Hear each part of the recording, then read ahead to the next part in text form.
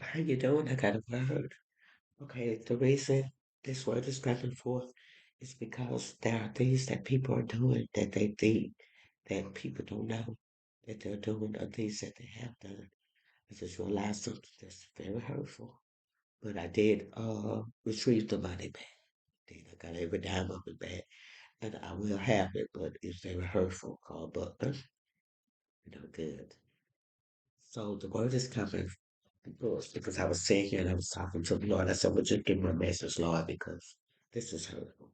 And then when I talk about it, everybody get mad because they don't want to see the truth or because they in alignment with it, however it be.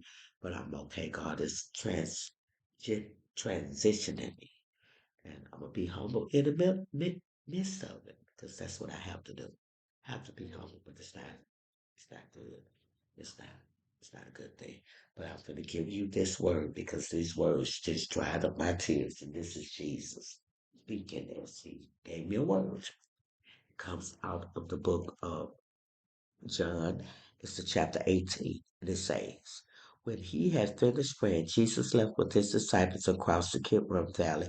On the other side, there was a garden, and he and his disciples went into it. Now Judas, who betrayed him, knew the place because Jesus had often met there with his disciples.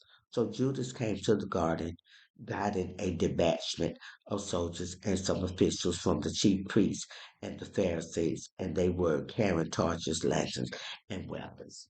Now listen, Judas was one that hung with him, was close to Jesus, and he was a betrayer. So that lets you know that we're not exempt for people betraying us, no matter children, mama, husband. They all are capable. There's no exemption. And then the thing about it, Judas knew exactly where Jesus was. He knew Jesus, where Jesus hung at. He knew the routes that Jesus was taking, everything. He was someone that was close up to him in order to entrap him for these soldiers to get him so that he could be led to the cross. Judas knew, no shame, no shame, no shame. And this is the same thing that this person knew that my family didn't care nothing about me. He knew that my kids would be subject to turn on me when I didn't have money for them. But he didn't know that I belonged to God. He didn't know that. Now I'm going to read on. Judas knew that Jesus was God because all of the miracles and stuff that Jesus had did before him, but it still didn't stop him from betraying. Now, knowing all that was going on to happen to him, went out and asked him, who is it you want? So, guess what? Who it is you want? I know what you're doing. I know what all of y'all do. It's hurtful. But then it's to the point that people want to treat me like I'm crazy, treat me like I'm less than. Not less than. I see everything. That's the problem. That's the biggest problem because I see and I hear from God clearly. And what He shows me, it don't matter. It don't. Because if He showed it to me and you're doing what you're doing, you're going to have to deal with God.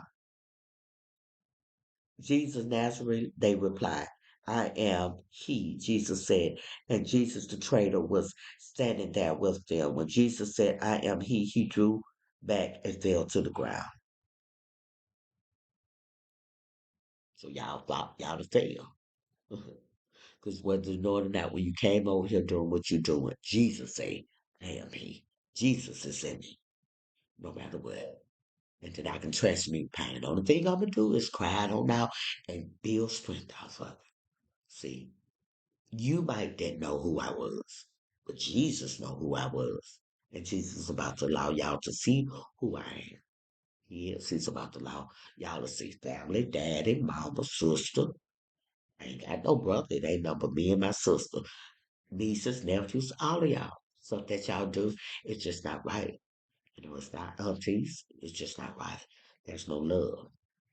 And first chance God get, He gonna move me because it's bad to be up under y'all. Y'all toxic. Sometimes I tell the Lord I hate that I was even born in the family because y'all ain't got no love among each other, nor do y'all have love for each other. That's no love among each other. Y'all sit up and y'all talk about each other on a constant basis. If it come down to it, y'all backstab one to receive something. All the money that been taken that supposed to have went to me in trouble was not given to me in trouble. I'm not naive. And Mr. Buller, I know that you got another check of mine that you're holding on to. You're gonna have to lose it. If you don't lose it, you might check out because the Lord tired of you doing me like that. I haven't even tried to fight back. I let you have everything. Let you have the women's head, let you have the house, the car, the money in the bank. I let you have everything. But when it ended up, you did for me. You didn't do for me. I was the one that did for you. I did for you. No, and I don't like to throw stuff in people's face what I did, but the Lord know that I was the bread.